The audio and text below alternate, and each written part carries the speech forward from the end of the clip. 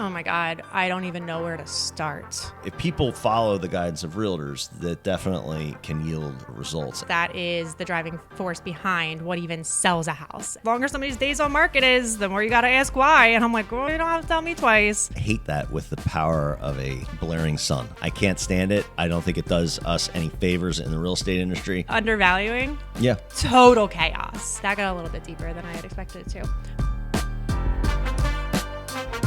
All right.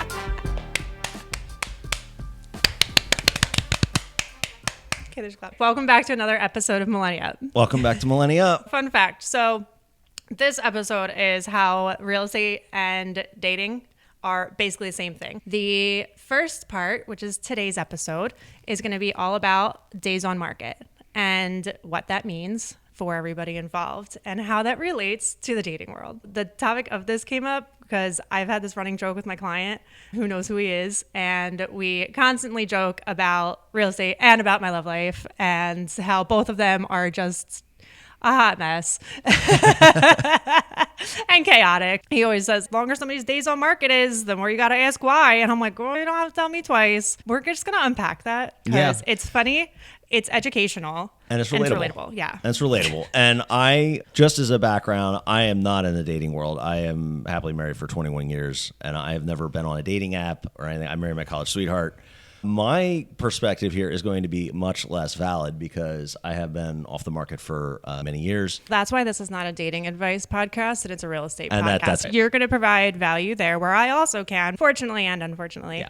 I have been out in the thick of things for more than 6 years. Sure. And it's not like it was like much better before that. I have a lot of people in my world who are on the younger side who are dating. I'm not naive to the challenges that dating presents now. And the dating world today for millennials specifically is so different than what it ever was before. Yeah. With these freaking dating apps, with the just like everybody having this feeling of there's just options everywhere. Mm-hmm. That part doesn't necessarily relate to real estate. No, that does not. We'll get into that on episode 2 when we talk about inventory. It is just so much more of a struggle, but I just constantly find these just parallel lines between my two worlds. We're going to talk about that. Okay. Let's start. Since this episode is all about days on market, what is that? Days on market is basically the counter that starts when you list a property for sale. It just starts counting the days. It's very simple. Yeah. Data, something that's on the market for 2 days versus 200 days, two totally different properties. Whenever a client sends me a property, I immediately look to see how long it's been on the market because that's a different strategy and I got to put my shoes on and we got to go see this thing. 200 days, that means countless amount of buyers have been through it and have said no, or it's been on and off market a million times, which presents its own problems.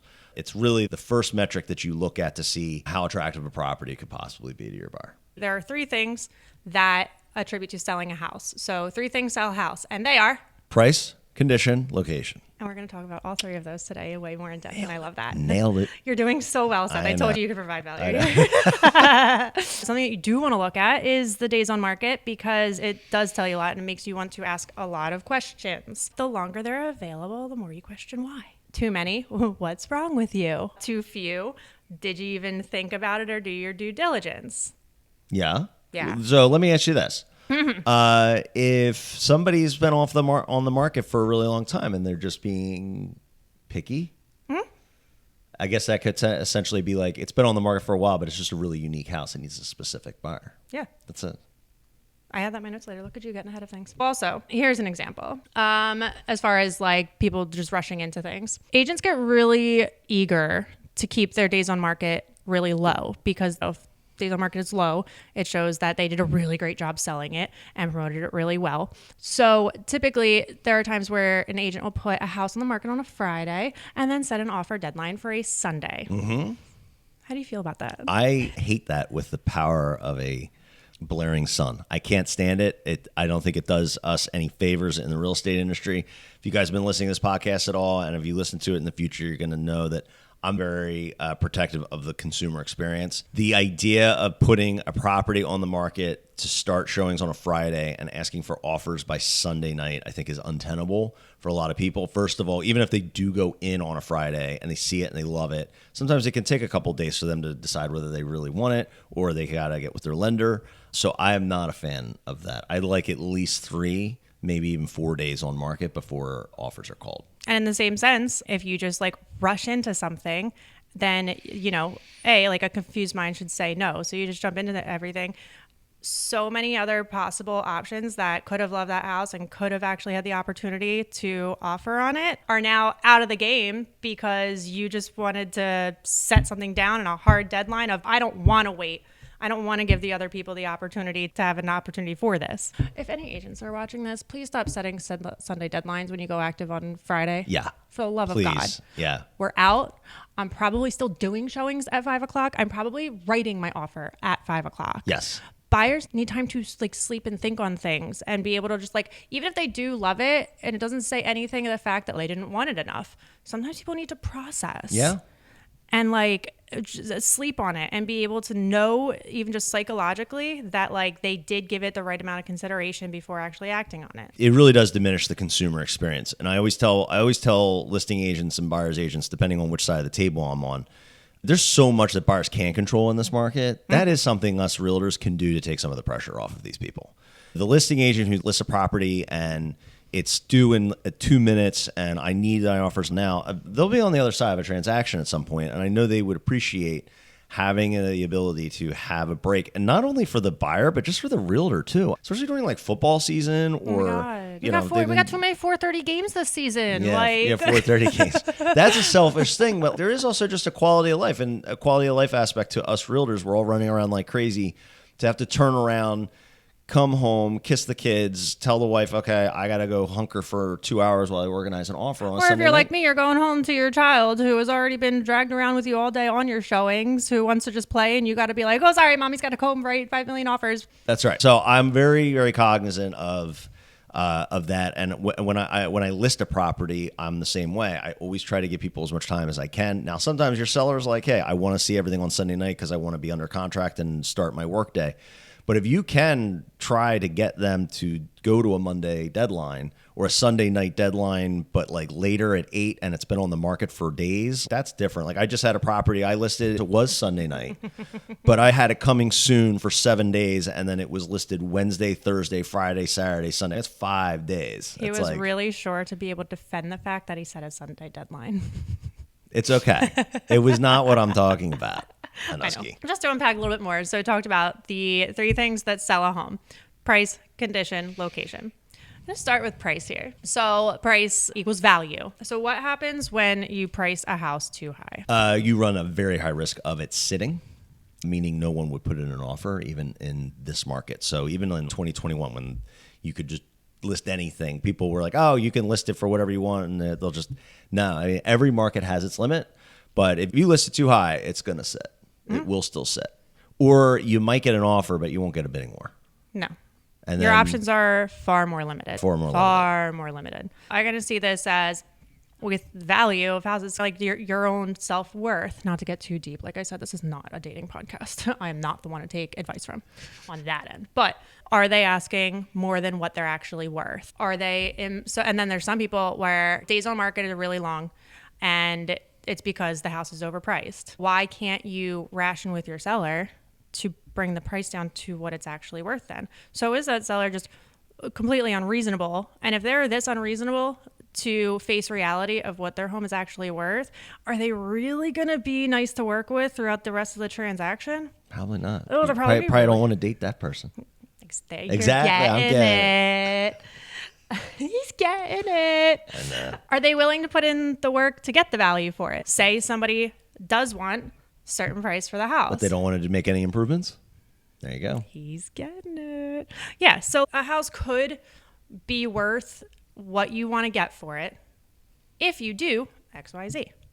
If you replace your broken countertops. If you paint the house, honestly. Sometimes it could be as small as just painting. Yep. Other times, maybe you do need to just remodel a bathroom or make it look. And we're going to talk about that in another episode too, the ROI on home improvements. And luckily, this for sellers, like there's not a whole lot of that going on where you have to renovate, do major renovations. I just sold a property and the seller was so excited because we got a lot of offers and it was a wild success. I said, Helen, you just did everything I told you to do. We fixed the garage door opener and we fixed this and we did these little minor things and we painted a couple things here or there. It makes all the difference. If people follow the guidance of realtors, that definitely can yield results. And it's not about $80,000 kitchen remodel. It's just like, hey, paint that. And it can move in the timeline that you would ideally like to see for yourself. Yeah. Only making your life a lot easier. Yeah. Then there's the people who definitely think that it's better than it really is. Mm-hmm. And those people who are like, no, I know what I have. Yeah. And you're the like, Zestimate. the Zestimate. I am that one right now. But yeah, people are just like, they think that I know what I have and no, I'm not changing the price because this is what I know it's worth. When the market is telling you otherwise. Yes. Maybe you should listen to it. You're limiting your options completely. There could be somebody who actually matches very well with the house. And they could be out there, but you're not priced correctly. Fix it. Adjust it. Be what you're worth. So in the dating world, how does that work? Adjusting it and becoming what you're worth. Okay. If you want a certain kind of person, but you've got some work to do, you should probably work on yourself to be deserving of the one who is actually trying to go for that kind of a price point. So is basically a high price over sense of value of oneself, higher self-esteem than they deserve. Okay, that makes sense. It's not something that's like just a fixed amount. It's ever changing. You can do things to control it. Yeah. Some people just choose not to. So then let's go to if something is priced correctly. Okay. What happens? There's a lot of people who probably will have interest in that house. It also has the right amount of people that are interested in it. And Or the more right, people. Yeah. The right people who should be looking at it, the qualified people. It's getting scooped up fast because you know what it's worth. You attract the right and qualified people, which is what you want. The one who really appreciates it is the one who's actually going to get it. Yeah. Because they're looking at the right place. Yeah. And you price it for the people who are meant to have it. On the contrary, when something is priced too low, then you get, God, absolutely everybody coming to see it. You got investors coming, people who just want to like something to fix, which is, hear this if you're going to hear anything. What? I can't wait to hear what you're about to say. Hear this. If you're priced too low, undervaluing yourself, you're going to attract the investors and the fixers.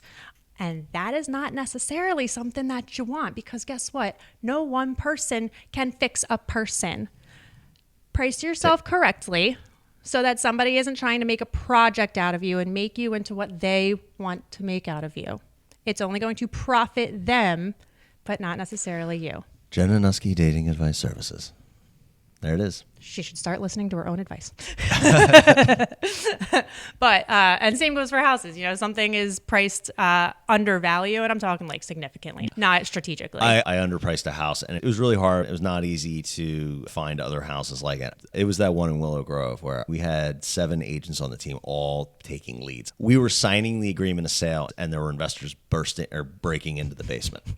Oh my God, like actually? Like they were literally trying to find a way in. I locked the door Don't let behind me. any investor break into your basement. Yeah, everybody. no, but we were literally signing the agreement of sale, and they didn't even make an appointment to see it. They just came over because they... Oh, I do remember that. Yeah, and it was crazy. So I had to throw a bunch of investors out of a house and then just tell my seller, sign here. We'll put this whole thing to bed right now.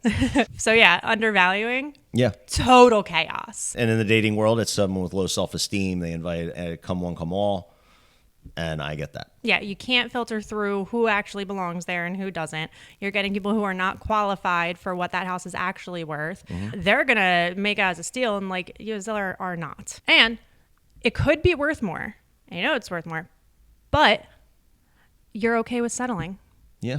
You know, You never know. You could have your agent telling you all live long day, or if you're doing for sale by owner and you undervalue your property. That's my take on price. Okay. Are you understanding it a little bit more? Are you getting where this is going? Are you picking up what I'm throwing down? I feel like I am being coached up as we speak. Seth is going to be a relationship coach by the end of this I am episode. not going to be a relationship coach by any stretch. As far as like days on market goes, really big impact on that is if it's being priced correctly. Yep. When you price it correctly, it's going to move in the appropriate amount of time. You're going to get the qualified people who actually are deserving of the house, and you're going to have your life move at the pace that you actually intend for it to go. Got it. All right. So now we're going to talk about condition. Condition. This is the one I'm interested in. So you got your value up, and then it's a matter of condition. Something that'll make the house sit for a while is if it is not in the best shape for the right person. You go in. Does it smell? Does it have issues that a licensed professional should really be dealing with. I'll let everybody else translate that. Yeah, I was gonna say, yeah, we might need a translation on that. Well, okay. So say you get a house that just needs a little bit of work, and that's totally fine. But is it something that is you can change out a switch plate for an outlet? Or is it electrical work that needs a licensed contractor or electrician to be taken care of? Got it. So When you're dating somebody, if they need some work, is it something that you can handle, or is it something that a therapist, a licensed professional therapist, needs to be dealing with? Got it. I gotta understand now. There he goes. Got it. That's probably my biggest one here. Okay. Okay. Know the work that it needs and know who needs to be the one handling it. Does it have abandonment issues? You mean vacant? Is it vacant? Yeah. Yeah. And what can go wrong if it has abandonment issues? I don't know. I don't have abandonment issues. I mean, you must be nice. I mean, in a You're house. talking about a house? This time I'm talking about a Yeah, house. yeah. If it's not staged and it's just, it looks like someone's just moved out and left it for dead. It stays over the winter. Stays over It's winter. not winterized. You got pipes freezing. Yeah. You've got Neglected. You've got critters. You got animals. You got potential leaks that no one's tending to. That type of thing. So abandonment issues that you're not dealing with, that if you had a licensed professional to deal with them, then it might actually go a little bit better. And if you were aware of them and are actually being self-aware, I think he's getting it. And as far as condition goes too, it doesn't necessarily mean that something has to be wrong with it, but it could just be something that's so unique. It's not everybody's taste. Yeah. And it just takes that right person coming in to see that. If the conditioning is not right, it makes sense for both dating and for a home. As it's really just comes down to whether something's marketable or not. Yeah. I hate to say if a person is marketable, but that's frankly all that dating sites are. Marketing is going to be in part too, but even as far as condition goes, say it's a little rough, needs some work. How about before you put it on the market for other people, you take the time to actually address the things that need to be addressed?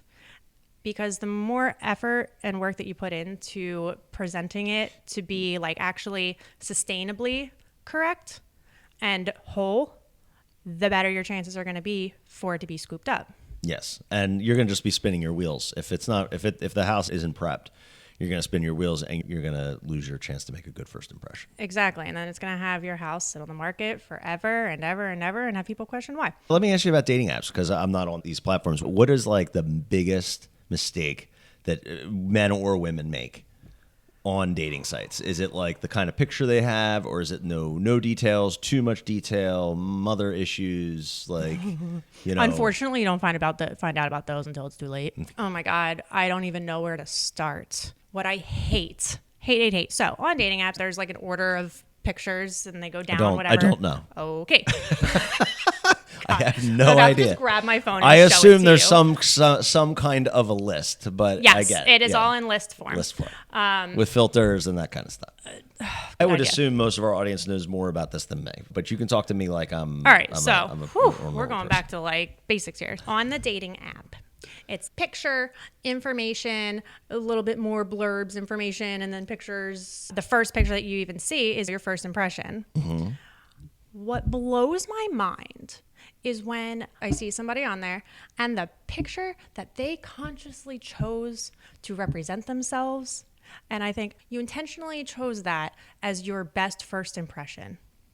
So bad pictures. Oh my God, yeah. Yeah, and there are times in And it's real like, estate and is we that get how you see yourself? Is that the best thing that you could Well, put I up think there? I would assume that in the dating world, maybe people are trying to go for that authentic and not trying to be fake, or is that? I mean, like the back of your head. I mean, I have like no idea who you are. It's like your dog, which I love dogs, but like, who the hell are you? Yeah. Okay. And or like some grainy picture that's like completely out of focus, or somebody who's like taking a picture from the bottom of their chin, or that's dirty mirror picture. That's your best. But what wouldn't a headshot or something too polished to make it seem It doesn't have to be unapproachable? polished, like just like a happy picture. Okay. Just something that is yourself. But man, oh, Okay.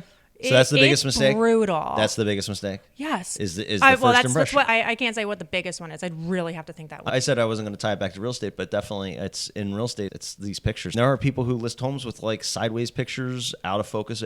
pictures that you know thumbs have in been the like. no, like low resolution pictures because they've been like saved a million times. Like rentals are notorious for this because the turnover on those are high. So you usually will list it every year, and you're using the same old pictures. You can tell whether someone uses their Facebook page a lot by their profile picture. If it's really out of focus, they haven't changed it in like years. Mm-hmm. I get it. The first impression, I mean, pictures obviously, I mean, I hate to say it's a superficial world we live in, but it's totally the truth. You can't even tell it's condition either. It's such a good question and a good thing to bring up. Okay.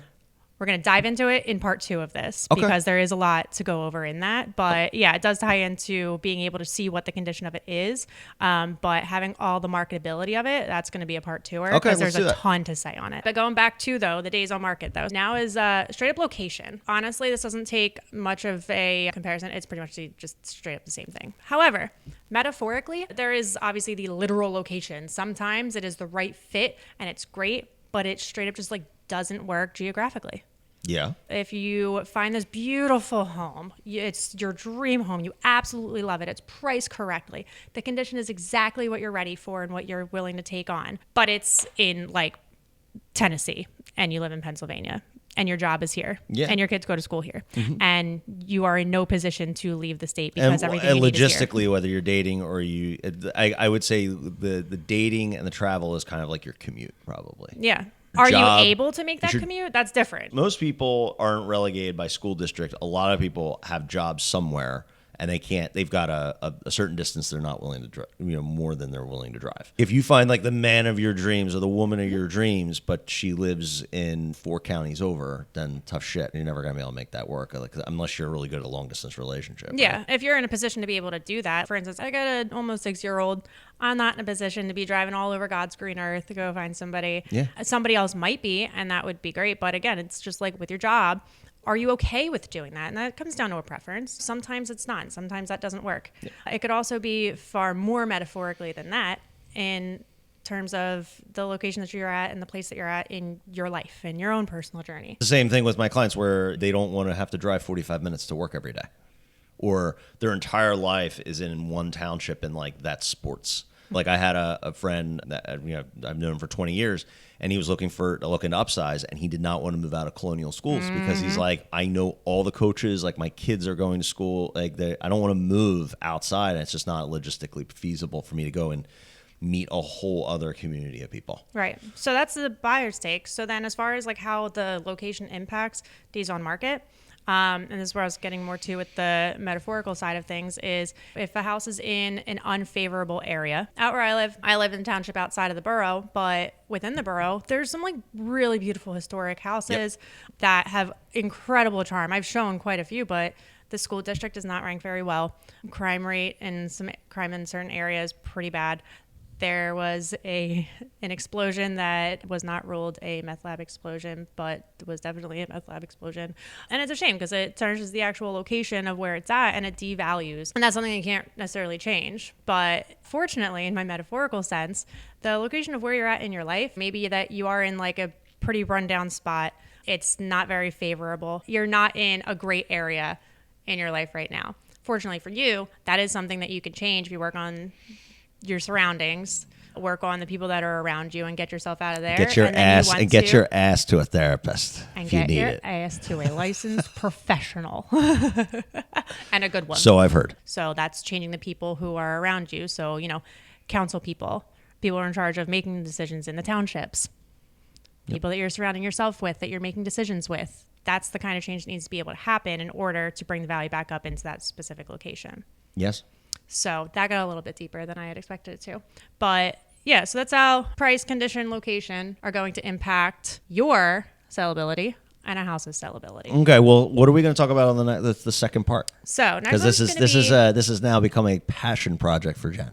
I don't know. I think I got your buy-in on this. I'm interested in it. It's clever. I'm enjoying that. I'm enjoying these episodes. So I think that covering this days on market piece was really important to at least lay the groundwork, because that is the driving force behind what even sells a house. And everybody on both sides, buyers and sellers, need to know that. So now that you are all educated and caught up on that, next we're going to go into inventory, what controls it, marketing. So we're going to talk more about how to market yourself and market your house. And then timing. Timing? Timing. Okay. Yeah. Is the timing right? Okay. Well, we'll see you guys on the other side. See you next week. Bye.